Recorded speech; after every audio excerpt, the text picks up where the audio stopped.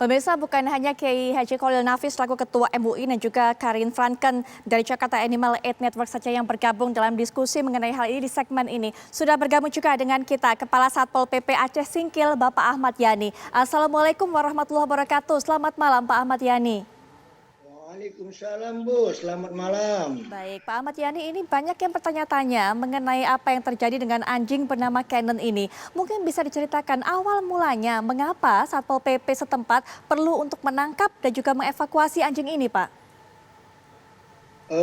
Ini Bu, adanya yang pertama ini adanya surat gubernur tentang wisata halal.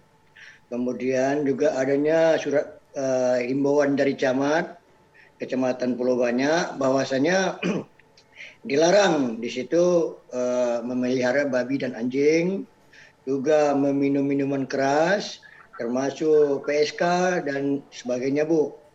Jadi kemudian adanya petisi dari beberapa dari kemukiman Pulau Banyak itu, Pulau Bali itu sendiri dan Pulau Banyak Barat terhadap pelarangan seperti yang saya sebutkan di poin 1 tadi, poin 2 tadi, Bu. Baik. Nah, Ya, ya. silakan Pak. Ya. Jadi dengan dasar itu juga adanya laporan masyarakat. Sudah banyak sekali laporan masyarakat bahwasanya di situ terganggu akibat daripada anjing ini, Bu. Apa yang membuat masyarakat terganggu dengan adanya anjing Cannon ini, Pak? Begini, Bu, anjing Cannon ini memang tempatnya di Kimo Resort. Tetapi Kimo Resort itu berbatasan langsung dengan tempatnya masyarakat mandi-mandi di berwisata. Jadi kadang-kadang anak-anak ini bermain melewati masuk ke dalam pagar mereka. Nah, begitu masuk ke dalam pagar mereka, ini anjing ini langsung mengejar, memburu dan sebagainya. Sehingga kadang-kadang ada yang sudah digigit, ada juga yang HP-nya tercampak. Begitu, Bu, yang ada kejadian di sana. Pak Ahmad Yani, sudah berapa lama petisi yang dikeluarkan masyarakat ini ada? Keluhan-keluhan masyarakat sudah berapa lama dan juga sudah berapa lama peraturan gubernur ini ada? Apakah pihak Satpol PP atau pihak dinas terkait setempat pernah memberikan himbauan kepada pemilik anjing Cannon ini untuk bisa mungkin mengamankan atau mungkin memindahkan anjing ini, Pak? Ini suratnya ini sejak tahun 2019, Bu. Dia surat gubernur juga tahun 2019, petisinya 2019, juga himbauan camat 2019. Juga ada Kanon Aceh nomor 10 tahun 2019 juga terhadap wisata halal yang ada di Aceh Singkil. Jadi ini sudah lama diberikan kepada yang bersangkutan.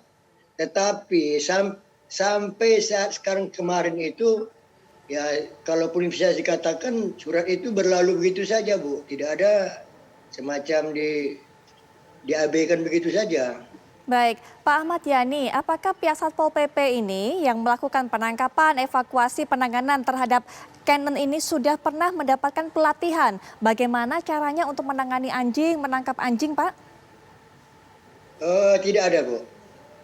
Baik. Dan tidak kemarin pada saat melakukan penangkapan terhadap Cannon ini tidak mengajak dinas terkait, Pak, atau siapapun, hanya petugas tersebut saja? Kami setiap melakukan tindakan, biasanya kami didampingi dari pihak kepolisian, dari pihak TNI. Juga kemarin pada saat hari pertama itu ada pihak TNI. Jadi di hari kedua itu ada kemukiman Pulau Banyak itu, dan juga ada dari Sekcam di seksi terantip untuk mendampingi kami ke situ, Bu.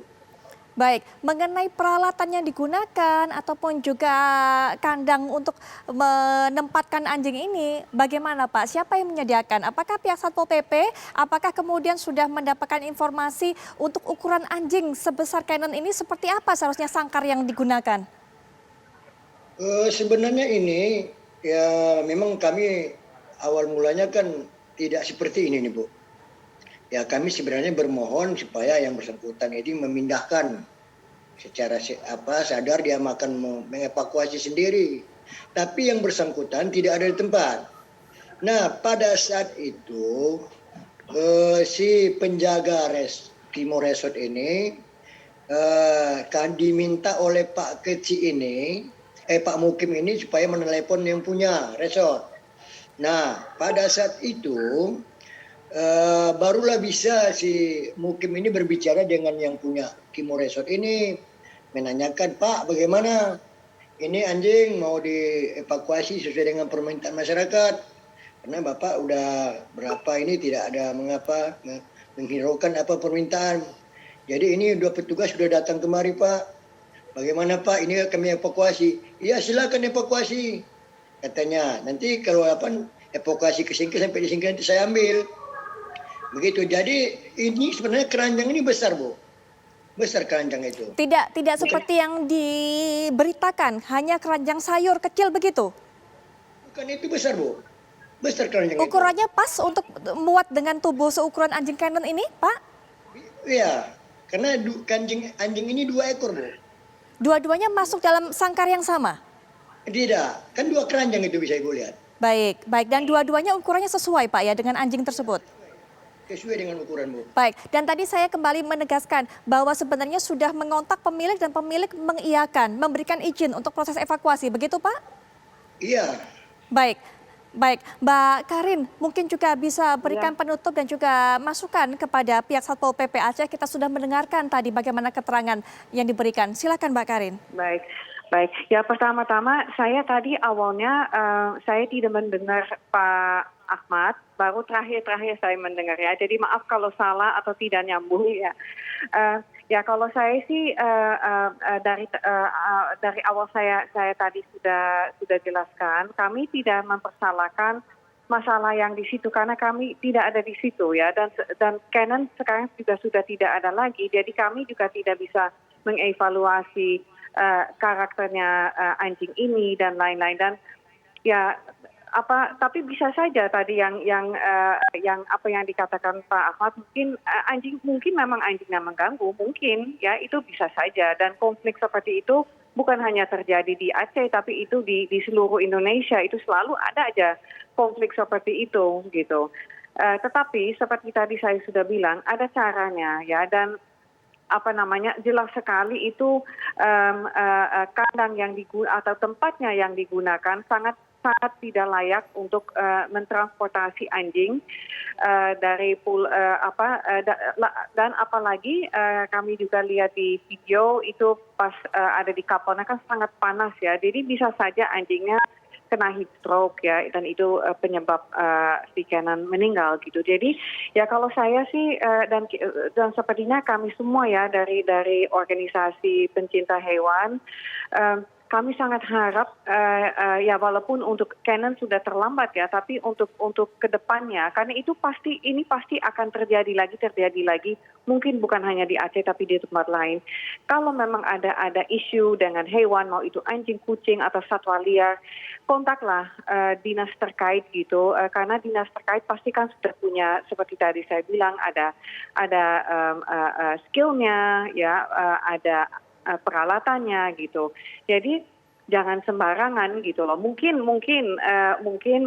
Satpol PP Aceh tidak bermaksud seperti ini ya. Itu saya juga pasti tidak bermaksud seperti inilah gitu ya. Tapi dengan tidak punya skill ya, ini berakibat fatal, dan seharusnya bukan Satpol PP yang ambil, tapi seharusnya dinas terkait bersama dokter hewan. Jadi itu saja, Mbak. Baik, terakhir mungkin penutup Pak Yai, termasuk juga banyak mungkin yang masih salah persepsikan bagaimana atau apa sebenarnya wisata halal itu. Silakan Pak Yai. Yang pertama saya melihat tadi keterangan dari Satpol PP di Aceh menunjukkan bahwa pemilik anjing ini tidak kooperatif. Maka nggak mungkin dikenakan hukum kepada anjingnya, tetapi pemilik anjingnya menurut saya perlu ditelusuri. Dan perlu juga diperiksa barangkali mengapa dia lalai dan tidak mengikuti terhadap perintah. Apalagi tadi menunjukkan bahwa anjing yang masuk pada area itu menyebabkan bahaya, termasuk handphone orang atau orang yang dikejar dan seterusnya. Jadi saya melihatnya dari pemilik anjing yang tidak mengindahkan terhadap peringatan sehingga menimbulkan mungkin tindakan yang tidak sesuai barangkali di dalam prosesnya. Saya tidak tahu dengan prosesnya apakah benar atau tidak, tetapi urusannya sebenarnya bukan urusan anjingnya, tapi urusan pemilik anjing dengan kepatuhan untuk menjaga anjing itu. Karena anjing yang tidak berakal dan hewan itu adalah menjadi kewajiban pemiliknya. Yang kedua, ketika bicara wisata halal, saya pikir sah-sah saja umpamanya dalam satu tempat memang tidak boleh ada hewan-hewan yang najis masuk ke dalam menjaga kebersihan. Apalagi di situ umpamanya orang nanti menjadi risih karena cara membasuh atau membersihkan dari najisnya anjing itu lebih berat daripada najis yang biasa. Ya sama dengan hal-hal aturan kebersihan, tapi sebenarnya kalau dalam panduan wisata halal itu bukan karena ada hewan yang najis, mau anjing, mau babi, itu tidak menjadi hal yang bagaimana mengurangi wisata halal, tetapi orang menjadi kurang nyaman karena cara mungkin membasuhnya.